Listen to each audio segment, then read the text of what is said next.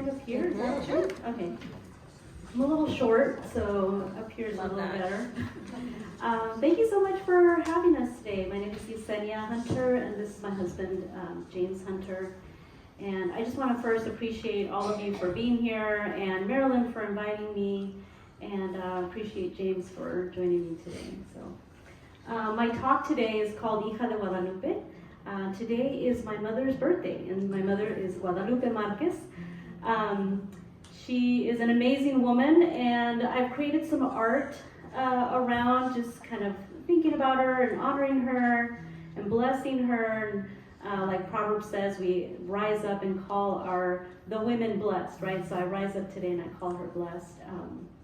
So I'll talk a little bit about myself and just share some of the art that I've been making just as I reflect and think about my sense of self. So I'm a historian. I have my PhD in history, and my area of expertise is the Pacific Northwest and the Yakima Reservation. But really, the real expertise is like all the stuff that I've been trying to disentangle about my own story. Being here in the United States as a person who was born in Mexico, completely disconnected from land, history, place, stories. So I'm going to show you my first slide here. I'll be kind of reflecting on some art that I've made in the last 10 or 15 years as I think about being the daughter of Guadalupe, la hija de Guadalupe. So through this talk, I kind of want to just reflect on what it means to be in search of our historical self. The historical self, the way that I describe that word is, it's not a technical term, other than the way that I've been trying to frame what it means to be in the search of our sense of self. I think of the historical self as the self that both informs and complicates who we are today, even if we don't know what that history is. And that's something that, for myself, as your neighbor, and perhaps other neighbors like me, who are displaced from homelands, who are displaced from our histories, and displaced and disconnected from, the indigenous people of our land, and the culture, and the language, and the food. That's something that we're in search of that you may not know of, but you might also be in search of your own historical self. Being disconnected and displaced is one of the reasons why we get disconnected from our historical self, but so is just the world that we live in. This world that we live in is not really conducive to us as makers, as beers, as lovers of the earth, as good neighbors, right? We're kind of just driven into fast and quick and work and labor. And so one of the ways that I connect to my sense of historical self is through talking about memories. So this first image that I'm showing you here is called I Have a Dream. We made this piece, it's a little hard to see. We made this piece a few years ago when my daughter came home completely in love with the story of Martin Luther King Jr. And it was the first time she had encountered the stories of MLK. She was in kindergarten and wanted to know everything. So we spent a good solid weekend talking about MLK and the movement for equal rights, the movement for civil rights, the movement for desegregation, the movement for equity in our homes and in our workplaces and in our schools and in education. And we made this piece, I Have a Dream. This piece is actually a memory. It's when I came to the United States, I was about 5 years old, and we worked in the fields. We picked strawberries and asparagus and cucumbers. And I told my daughter this memory of working in the fields. I was a little kid, and I remember watching this other family next to us, this mom who was bent over picking, and her little boy was leaning up against her backside, and he would cry. And every time she would move forward to pick some more, he just kind of moved with her, and his whole movement was just leaning on her and crying. And I remember laughing at him as a little kid because that laughter of pain, the laughter of like, I want my mom too. I want to not be working as well. I don't want to be out in the fields. But there's this coding that we get on our lives, a little bit of cynicism. You kind of coat your life around that because we are invited into this world as laborers. We're invited into this world as doers, not as makers, right? When really our hearts, I think if we all kind of reflect, we're all at the very core of who we are. We're makers, we're beers, but we're invited into the world as doers, as laborers. So this image was a way for me to kind of use a memory, my own memory, my own sense of self connected to labor, to talk to my daughter about the onward struggle for rights, the onward struggle for equity, for dignity, for lifting the dignity of workers. Can we go to the next slide? The next piece that I'm showing you, this is a newer piece, it's called Territory of My Heart. And I love this piece. I've been working on it. This year I was like, I'm not going to make any more art. You know how you get little funks and you're like, yeah, no, I give everything up. Well, as soon as I say that, my heart's like, here's a new thing that you could make. So Territory of the Heart is another way like to think about our historical self, to be in search of the historical self, is not only to think about memories and time, but it's also to think about space. So we don't have time without space, right? I'm a historian, a professional historian, thinking about like dates and chronology, but really the way we experience time is through the experiences that we unfold in spaces, right? So this image here just helps me kind of think more about how we use space and how place itself informs who we are. We are who we are right now because of the place that we are in. If we were in a different location, that place would be informing us in different ways. So I want you to just kind of think about, as we kind of think this morning about being in pursuit of our sense of self, in pursuit of our historical self, how space and plays a role in that. How has this place informed who you are? How do you inform the places that you're in?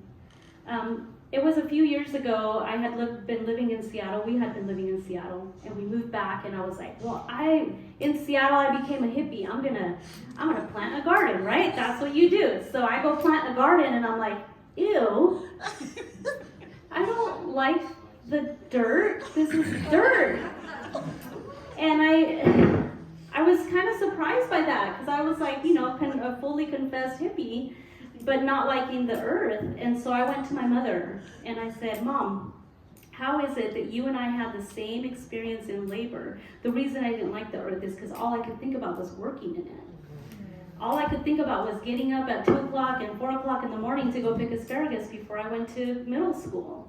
So I was like, okay, there's a block here, and my mom doesn't seem to have that block. So I went to her and I'm like, Mom, why do you like the earth if you also had to like toil in it so hard like we did? And we spent a whole year. She's, of course, how when we ask questions of our elders, they want you to learn a lesson first. They don't give you the full heart just yet. Watch for that. Give your heart first.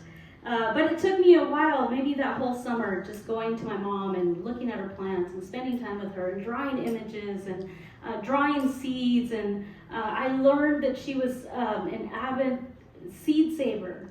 I was helping her clean this little curio set this little curio area where she had all these little things that people had given her, little porcelain things, little figurines, little coffee cups. And so I'm dusting, and she's like, don't touch my stuff. And I thought, oh, these must be really precious. And she's like, no, not that stuff. The seeds inside. And so I start looking inside, and what looked like dust was like a bunch of seeds. These are seeds from the flowers that your brother brought me that one time. These are seeds from that orange that I had that your sister brought me that one time. These are seeds from these other flowers that I found at this place and I stole. So now I'm going to plant them in my garden. Thinking about the way that she cares for her sense of self, her sense of history, and really thinking about the next thing, because you don't keep seeds unless you are hopeful for the future, right? You don't hold on to seeds unless you know these are beautiful things that I can bring back into my life. Can you go to the next slide? So territory of the heart is really about thinking about place and space and how it informs who we are, and then how we nurture back into it. This image here is a newer one that I made. It's called Singer. This is my mother. I went to her house one day in the fall, and the foot on her machine had broken, and so we Googled and YouTubed and then went and found another foot and messed around with all the extra feet that she had, because she's had a lot of sewing machines and has all this stuff, put away. Someday she's going to need it, and so we pulled out all these extra feet and we're checking to see if it fit. And we just spent a really interesting morning, and I was watching her sitting in front of her fiddle with this foot, and it was just like the perfect angles. The sun, the machine, her arm, the way she was holding it. I took a picture, and then I spent time with that photo, and then I sketched it out. And then after I sketched it out, I went back and I thought, this needs to be a painting. So I painted this huge painting of this image of her. And being in pursuit of our historical self is to also sit in front of our elders. It's to sit in front and look at the contours of their hands. Look at the contours of the face. Look at the contours of the stories that they tell. I told you that when I first asked her, why do you still love the earth? And she's like, oh, because beautiful plants, da-da-da-da-da-da-da. It took many months before we finally sat down, and we ended up writing a little book together. So I came back to her and I said, Mom, how do I address this book? Who do you want to dedicate this book to? So I haven't told you this part yet, but my mom had 17 children. I'm number 13, right? So middle child syndrome to the max, 100%. So I go to her and I'm like, Mom, how do you want me to address this book? And she said, I dedicate it to your children. So last year I created an Excel spreadsheet, and there was about 110 grandchildren, multiple layers. So when she said, I dedicate this to your children, I was like, you have 100 grandkids. You don't have to dedicate this book to my children. I want to know, where does your love for the earth come from? Where is it how is it that you have been able to, despite your separation from your homeland, despite the distance from your ancestors, despite the distance from the language and the poetics and the space and the architecture and the mountains and the hills and the animals and the clouds that you see in that space, you have this huge separation. And you complicate that with labor. You complicate that with being, thrust into a completely new world in the Yakima Valley, where you have to learn English and navigate new systems, right? Like the social welfare system, the labor system, the educational system. The way that my mother advocated for me when I was in high school, right? 30 years ago, how did she know how to navigate those systems? Despite all that separation and then all of the complicated other stuff about being part of a brand new space, she still manages to hold on to the love for the earth and the love for plants and the seed saving and that really hopeful disposition that she has. And sitting there in front of her now, I'll tell you the answer here in just a few minutes, but when she finally did unveil her heart, sitting in front of her and asking questions, I think is one of those ways too that we can think about our sense of historical self. Asking others about their stories. My dad's 93, he's going to be 94 this year. And when I think about that, the fact that I'm 50 and he lived 43 years without me, I'm a little self-centered here, but you lived a long life without me, and there are so many stories there that I don't know, that I don't have. So being in pursuit of my historical self is also asking a lot of questions. It's sitting down and asking for more.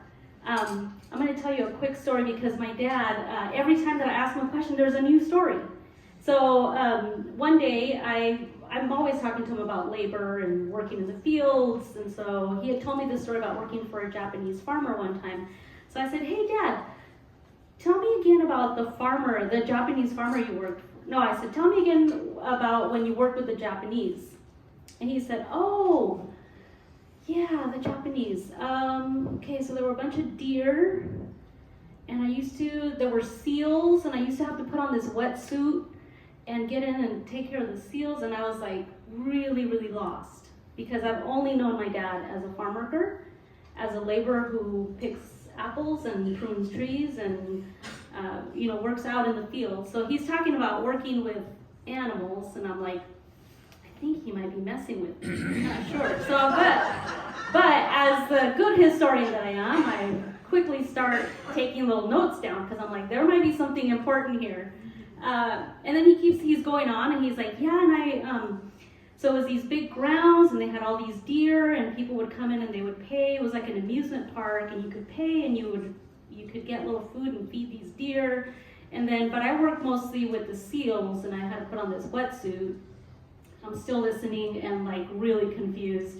And I was like, when was this? And he said, like 1970. My mom chimes in, it was 1968 because that's when so-and-so was born. So this is how my mom keeps track of time. It's like, who was born? It was in 1968 because your sister so-and-so had just been born and blah, blah, blah. And I'm like, if my mom's confirming these facts and my dad is not messing with me, this is a real story. And then he says, I loved working there. Whenever they needed anything, they would say, go get Manuel. My dad's name is not Manuel. My dad's name is Alberto. And I was like, what? And he said, oh, that was my fake name. I had fake papers because I was here undocumented in 1968. Needless to say, I went and did a bunch of research, and sure enough, he had worked at this a Japanese deer park in Orange County. That was an amusement park. They had gorillas. I found an archival map of the grounds, and so he showed me which areas he worked in. And there's just no way that I would have ever gotten that story if I hadn't sat in front of him and asked the question. Those stories, first of all, I didn't exist during that time. It wasn't part of my own lore, right? So my point with this is to really think about being in pursuit of our historical self is really about asking questions, asking more questions, and being willing to listen, being willing to be like, okay, this is going to take me somewhere. This is going to unveil something. Let's go to the next slide. This one, I love this. Whoops, I left a little tag in the middle there, sorry. So this is one of my favorite images here. It's a digital piece. It's called Just a Couple of Mothers, Just a Couple of Moms. So there's a woman, she's picking asparagus, and then in the corner here, you can't see her very well, but she is also a mother. One of my favorite local birds, the killdeer. The tayí in Shishkin, or the tildío in Espanol. If you've ever encountered a killdeer in the wild, and if you've ever gotten too close to her eggs, you will understand why I depicted her with this mother. Because killdeers will create a ruckus.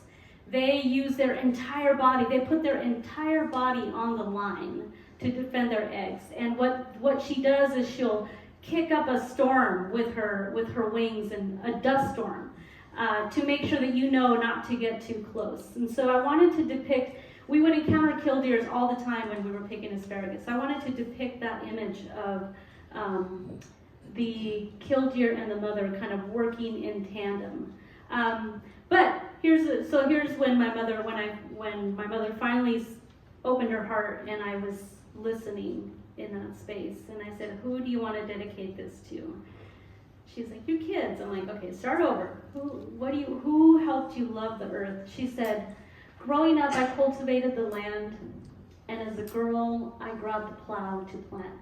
We sowed the cornfield, we grew squash, peppers, chickpeas, and peas.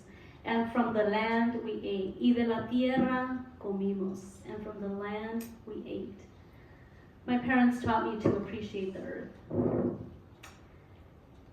This beautiful statement brought me into a whole other understanding, which is that another relationship with my historical self is possible.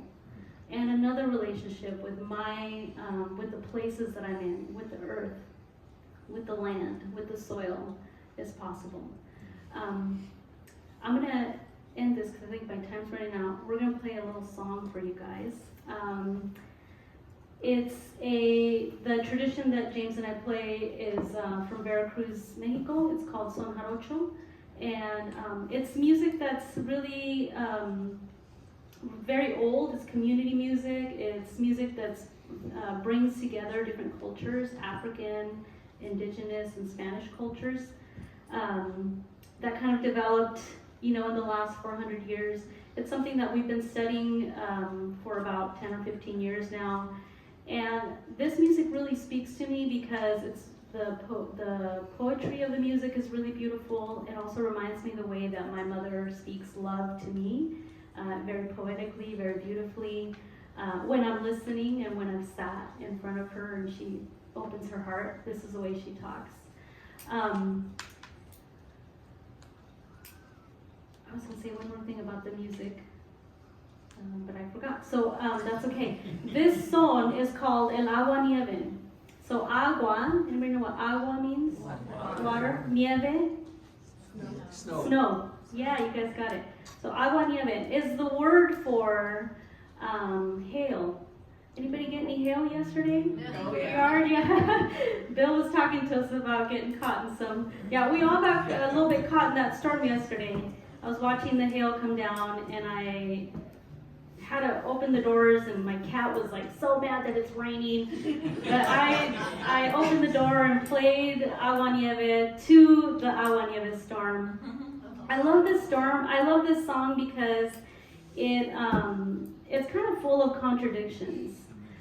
Hail is like just a word, but in Spanish, agua nieve is like so beautiful and romantic. But there's something also kind of lost in there. There's like this contradiction between the hail, between the water and the snow, right? Something in the middle that's like a little bit turmoil but beautiful. And so yeah, here's a little bit of agua nieve.